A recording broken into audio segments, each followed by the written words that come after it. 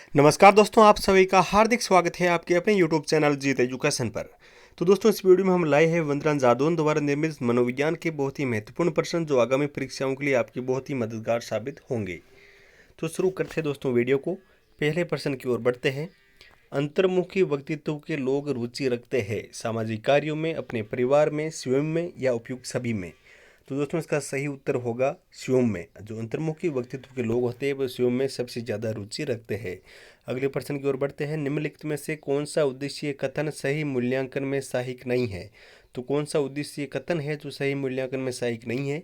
इसमें विद्यार्थी 4 अंकों वाली संख्याओं में जोड़ कर सकेंगे, विद्यार्थी दी हुई संख्या का वर्गमूल ज्ञान कर सकेंगे, विद्यार्थी दिए हुए शब्दों को वाक्य में प्रयोग कर सकेंगे और विद्यार्थियों को फेंफड़ों के कार्यों से अवगत कराना। तो दोस्तों, इसका सही उत्तर होगा विद्यार्थियों को फेंफड़ों के कार्य से अवगत कराना। यानी कि उद्देश्य कथन जो सही मूल्यांकन में सहायक नहीं है उसमें ये दोस्तों फेंफड़ों के कार्यों से अवगत कराना इसमें नहीं है, तो सही उत्तर दे होगा। अगला है, यदि सीखी जाने वाली सामग्री की मात्रा अधिक है तो सीखने की कौन सी विधि सबसे अधिक उपयुक्त होगी? समग्र विधि, अंश विधि, व्यवधान रहित विधि या ए और बी दोनों? तो दोस्तों, इसका सही उत्तर होगा व्यवधान रहित विधि। अगला प्रश्न है, उत्पादक सूत्रों की निरंतरता का नियम किसने प्रतिपादित किया था? दोस्तों, उत्पादक सूत्रों की निरंतरता का नियम है वो प्रतिपादित किया था फ्रांसिस गाल्टन ने। तो से है वो सही उत्तर है। अगला है, रुझान और मनोवृत्ति के संबंध में निम्न में से कौन सा कथन सही नहीं है? मनोवृत्ति वंशानुक्रम को प्रभावित नहीं होती, दोनों वातावरण से प्रभावित होते हैं। तो आप पहले प्रश्न देख लीजिए दोस्तों, रुझान और मनोवृत्ति के संबंध में कौन सा कथन सही नहीं है? मनोवृत्ति वंशानुक्रम से प्रभावित नहीं होती और दोनों वातावरण से प्रभावित होते हैं। तीसरा ऑप्शन है, दोनों के बनने पर अकस्मात या तत्कालीन विशेष अनुभव प्रभाव डालते हैं और अध्यापक दोनों के विकास में सहायक हो सकते हैं। तो दोस्तों, इसका सही उत्तर होगा मनोवृत्ति वंशानुक्रम से प्रभावित नहीं होती। यानी कि मनोवृत्ति है वो वंशानुक्रम से प्रभावित है दोस्तों होती है, यानी ये दोस्तों इसमें गलत है। अगला क्वेश्चन है, आत्म संप्रत्यय के संबंध में निम्न में से कौन सा कथन सही नहीं है? परिपक्वता और आत्म संप्रत्यय में कोई संबंध नहीं है, व्यक्ति अपने आत्म संप्रत्यय के अनुसार ही संसार के प्रति प्रतिक्रिया करता है। योग्यता के संबंध में यदि आत्म संप्रत्यय ऊंचा हो तो योग्यता भी उच्चता की ओर होती है और आकांक्षा का स्तर वास्तविक होने का प्रभाव आत्म संप्रत्यय के विकास पर धनात्मक होता है। तो दोस्तों, इसका सही उत्तर होगा परिपक्वता और आत्म संप्रत्यय में कोई संबंध नहीं है। तो इसमें गलत पूछा गया है, लेकिन परिपक्वता और आत्म संप्रत्यय में संबंध दोस्तों होता है। अगला है, मैकडूगल ने व्यक्ति के 14 स्वयं माने हैं, उनमें सबसे महत्वपूर्ण कौन सा माना गया है? तो दोस्तों, इसमें सबसे महत्वपूर्ण है वो माना है बे को।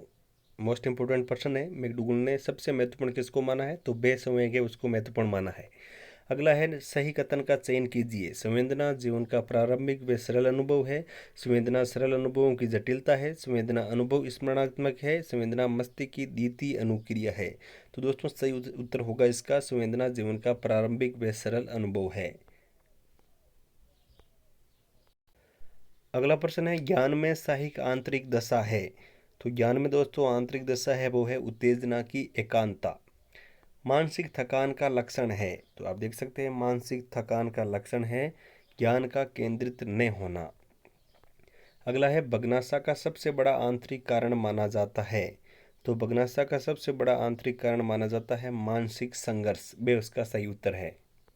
अगला है, सत्य कथन का चयन कीजिए। मादक वस्तुओं के उपयोग से स्मृति संस्कार निर्बल पड़ जाते हैं, मानसिक चिंतन जितना कम होगा विस्मरण उतना ही कम होता है, सीमा के बाहर अति शिक्षण का विस्मरण पर कोई प्रभाव नहीं पड़ता है और मादक वस्तुओं के उपयोग से स्मृति प्रबलता प्रभावित नहीं होती है।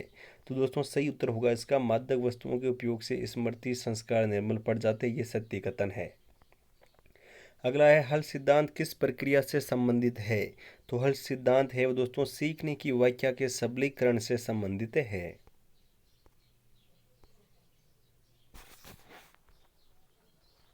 अगला प्रश्न है, विधेयकता की मूल प्रवृत्ति किस अवस्था में विकसित होती है? तो विधेयकता की मूल प्रवृत्ति है दोस्तों किशोर अवस्था में विकसित होती है। अगला है, यदि छात्र आपकी कक्षा में उपस्थित नहीं हो रहे तो आप एक कक्षा अध्यापक के रूप में क्या करेंगे? तो दोस्तों, इसका सही उत्तर होगा कारण जानने का प्रयास करेंगे तथा उससे दूर करेंगे। अगला है, कक्षा में उत्पन्न दुर्व्यवहार को सर्वोत्तम तरीके से निम्नलिखित आधार पर स्पष्ट किया जा सकता है। तो इसका सही उत्तर होगा छात्रों की आवश्यकताओं की पूर्ति में उत्पन्न बाधाएं हैं उनको हम स्पष्ट कर सकते हैं कक्षा में उत्पन्न दुर्व्यवहार से सर्वोत्तम तरीके से रूप में। अगला है, जब एक छात्र विषय के पढ़ने में अरुचि का प्रदर्शन करने लगे तो शिक्षक को तुरंत निम्नलिखित उपाय करना चाहिए। तो इसका सही उत्तर होगा वास्तविक कारण की खोज करें और फिर उसका समाधान करें। धन्यवाद दोस्तों।